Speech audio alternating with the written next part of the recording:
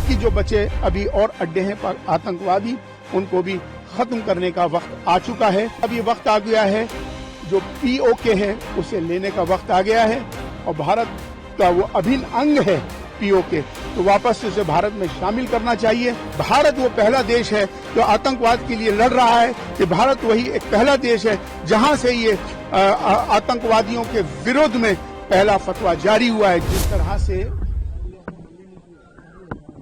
पहलगाम के अंदर आतंकवादी हमला हुआ और उस आतंकवादी हमले में जिस तरह से नाम पूछकर मासूम टूरिस्टों को निर्मम हत्या कर दी गई, ये बहुत निंदनीय हुआ, बड़ी घटना है। ये प्रहार भारत के आत्मा पर प्रहार है। जिस तरह का ये जख्म है, बड़ा जख्म है। जिस तरह से हमारे देश के प्रधानमंत्री नरेंद्र मोदी जी ने जो कहा कि उन देशों के साथ जब तक बातचीत नहीं होगी कि जब तक वो आतंकवाद को खत्म नहीं कर देते, और जिस तरह से अभी ये सारे मामला जो हुए हैं, जिस पर हमारे भारत ने, हमारी आर्मी ने, फौज ने, सेना ने जो मुकाबला किया और उस मुकाबले के अंदर जो उन्होंने जवाब दिया, ऑपरेशन सिंदूर, ये ऑपरेशन सिंदूर उन विधवाओं के लिए जिनकी मांग उजड़ गई थी, उनके लिए ये श्रद्धांजलि थी। वो आतंकवादी अड्डों को वहां से खत्म कर दिया गया और वहां का जो आतंकवादी था मसूद अजहर चिल्ला कर कह रहा था कि वो उसके परिवार को मार दिया गया। तो मुझे लगता है कि अंजाम उसको पता चल गया है और बहुत सारे आतंकवादी मारे गए हैं, अड्डे नष्ट हो गए हैं, जिसका डिक्लेयर पाकिस्तान ने खुद भी कर लिया है। तो मुझे लगता है कि जो बाकी जो बचे अभी और अड्डे हैं आतंकवादी, उनको भी खत्म करने का वक्त आ चुका है।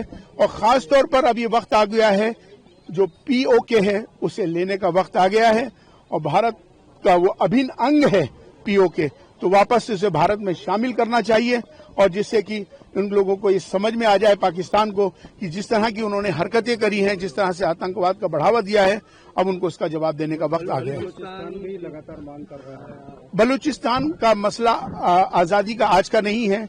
वहां पर जिस तरह के बलूचिस्तान के जो लोगों को, उनके जो ट्राइब्स हैं, कबीले हैं, उन पर जो पाकिस्तान जुल्म कर रहा है, उन पर जातियां कर रहा है, उनकी औरतों पर जिस तरह का अत्याचार करा जा रहा है, उनके नौजवानों को मारा जा रहा है, तो कहीं ना कहीं अब वक्त आ गया है कि बलूचिस्तान की आजादी होनी चाहिए और आजादी सबका हक है।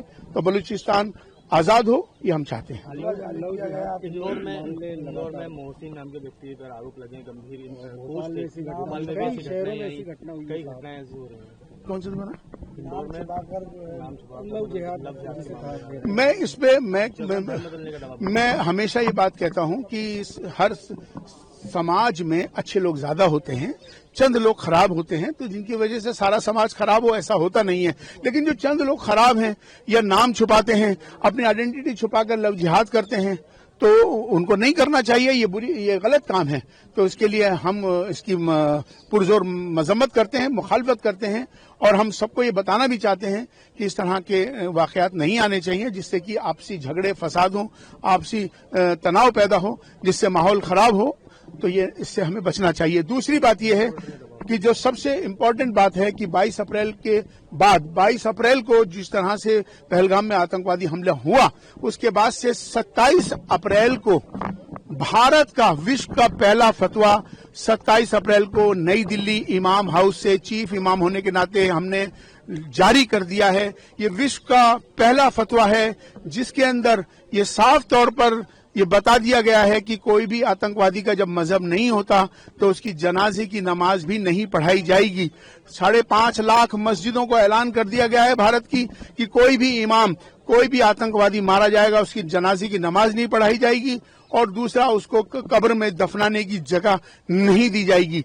दूसरा ये फतवा जारी हुआ है कि लश्कर तैयबा और जैश मोहम्मद ये नाम इस्लाम और मोहम्मद के नाम से रखे नाम हैं, तो लिहाजा ये आतंकवादी संगठन है।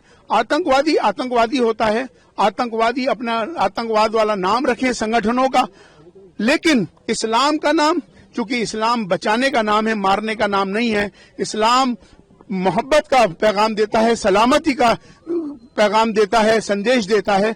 तो इसलिए हमने ऐलान किया है कि जैश ए मोहम्मद, लश्कर ए तोयबा, जमात उद दावा, इस्लामिक स्टेट, जितने भी इस्लाम के मोहम्मद के नाम से जितने संगठनों के नाम हैं, फौरन उनको हटाया जाए, उसका हमने ऐलान कर दिया है 27 अप्रैल को। ये फतवा विश्व का पहला फतवा है। भारत वो पहला देश है जो आतंकवाद के लिए लड़ रहा है। ये भारत वही एक पहला देश है जहां से ये आतंकवादियों के विरोध में पहला फतवा जारी हुआ है, जबकि पूरे विश्व में 57 देश हैं मुसलमानों के, लेकिन आज तक किसी ने उन संगठनों के खिलाफ ना तो फतवा जारी किया ना उसका ऐलान किया। तो भारत ही एक ऐसा देश है, चीफ इमाम होने के नाते हमने फतवा जारी कर दिया है। तो किसी तरह से भी लश्कर ए तोयबा, जैश ए मोहम्मद को नाम हटाने पड़ेंगे, ये हमारा फतवा जारी हो चुका है। मेरा एक सवाल है, आपने कहा 57 देश हैं इस्लाम के, तो बलूचिस्तान के लोगों का ये कहना है कि फिलिस्तीन के लिए तो सब बोल रहे हैं, लेकिन बलूचिस्तान के लिए कोई आवाज ही नहीं उठा रहा है, ना उनको किसी का समर्थन मिल रहा है, इतने अत्याचार हो रहे हैं उसके बाद। देखिए, मैं आपको एक बात बता देना चाहता हूं कि बलूचिस्तान में जो अत्याचार हो रहा है वो बहुत ज्यादा आज से नहीं हो रहा। वो काफी अरसे से पाकिस्तान बलूच कबीले, जो कबाइले हैं, उनके ऊपर हमले हो रहे हैं, उनकी औरतों पर जुल्म ज्यादतियां हो रही हैं, उन पर बहुत अन्याय किया जा रहा है। तो अब मुझे लगता है कि अब वक्त आ गया है आजादी का। बलूचिस्तान अपनी आजादी की आवाज काफी पहले से उठा रहा है, तो बलूचिस्तान आजाद हो। और दूसरा, चाइना के अंदर जो मुसलमानों पर जो जुल्म हो रहा है उसकी कोई बात क्यों नहीं करते हैं वो 57 देश। सबको करना चाहिए। जो चाइना के अंदर जो मुसलमान हैं उन पर चाइना किस तरह से जुल्म करता है, तो हमें सबको ये चाहिए कि जुल्म कहीं भी हो, किसी के साथ भी हो, जुल्म जुल्म है, जुल्म नहीं होना चाहिए। बांग्लादेश में यूनिट सरकार को बांग्लादेश की सेना ने अल्टीमेटम दे दिया, चुनाव कराई, क्योंकि हमने देखा बांग्लादेश में बर्बरता हुई, हिंदुओं के साथ में तमाम चीजें हुई, और यूनिट सरकार जो है चीन के साथ मिलकर भारत खिलाफ ही कदम उठाती है लगातार। बिल्कुल, यही तो दुख की बात है। आज बांग्लादेश, जब बांग्लादेश बना था तो सहयोग किसने किया था? भारत ने सहयोग किया था। और आज तक उसके इंफ्रास्ट्रक्चर को डेवलप करने में, उसके विकास को करने में सबसे बड़ा योगदान और सहयोग भारत का रहा है।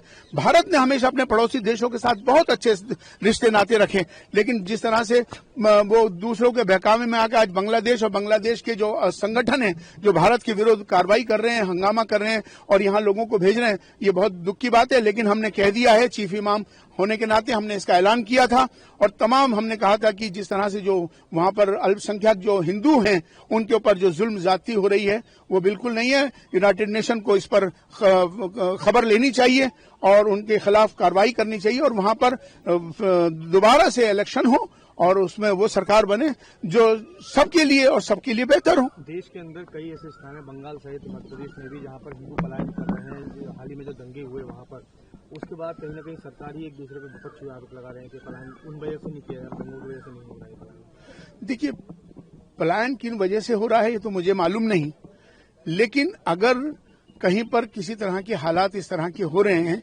कहीं फसाद, नफरत, माहौल कहीं खराब हो रहा है, तो उस समाज को, सभ्य समाज को आपस में बैठकर सुलझाना चाहिए, ना कि पलायन करना। पलायन समाधान नहीं है। हमें अगर आपस में, हम भारत में रहते, एक परिवार है भारत, हम एक मिल के रहेंगे, प्यार से रहेंगे, मोहब्बत से रहेंगे, तो इख्तलाफ खत्म होगा। तो संवाद एक ऐसा माध्यम है कि जिसकी वजह से सारी प्रॉब्लम्स दूर हो सकती हैं, चाहे वो समाज हो, चाहे वो संगठन हो, सबको मिलकर हर संवाद को बरकरार रखना चाहिए। संवाद के जरिए से गलतफहमियां दूर होनी चाहिए।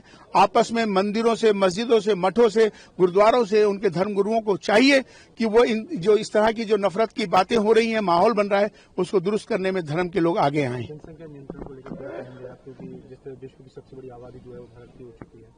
मैं समझता हूं कि ये विषय राष्ट्रीय विषय है और नेशनल इंटरेस्ट पर हमको ये ध्यान रखना चाहिए कि राष्ट्र प्रथम होता है। जहां राष्ट्र हित में, राष्ट्र के विकास में, राष्ट्र के सवाल पर कोई बात आए तो हम सबको एक होकर होना चाहिए, ना कि उस पर राजनीति करनी चाहिए। ये राष्ट्रीय विषय है, राष्ट्र प्रथम है, इसका ख्याल हमें सबको रखना चाहिए। जब जब कार्रवाई करती है विपक्ष खड़ा हो जाता है। हाल ही में राहुल गांधी ने, मल्लिकार्जुन खड़गे जी ने फिर से सवाल खड़े करना चालू कर दिया। बिल्कुल गलत है। मैं कहता हूं कि विपक्ष को ये करना ही नहीं चाहिए। विपक्ष ने जो इस तरह से करके जो पाकिस्तान को इससे हिम्मत मिलेगी और इनकी जो वीडियोज हैं वहां जाएंगी, उससे उसको अपनी बात को जो कह रहा है उसकी बात उनको पक्की हो जाएगी। तो ये आतंकवाद का जंग है और इस जंग में हम सबको एक होना चाहिए, इस पर राजनीति नहीं होनी चाहिए। ये जंग आतंकवाद के विरोध में है तो मुझे लगता है कि विपक्ष को मैं तभी ईमानदार मानता कि जब वो 2014 के बाद से प्रधानमंत्री नरेंद्र मोदी जी ने जो भी कार्य किए उनकी एक दो काम की सराहना करते, हम विपक्ष को ईमानदार मानते। उनके हम ईमानदार, सवाल ये निशान मेरा विपक्ष पर है कि आज तक उन्होंने, विपक्ष ने कोई तारीफ ही नहीं करी किसी काम की। तो कहीं ना कहीं मेरा सवाल निशान विपक्ष पर है। कहीं ना कहीं विपक्ष जो है गुमराह है। और मुझे लगता है कि ये जो आतंकवाद के मामले में पूरा देश जब एक हो गया तो एक होकर करने में ही तभी आतंकवाद का मुकाबला कर सकेंगे।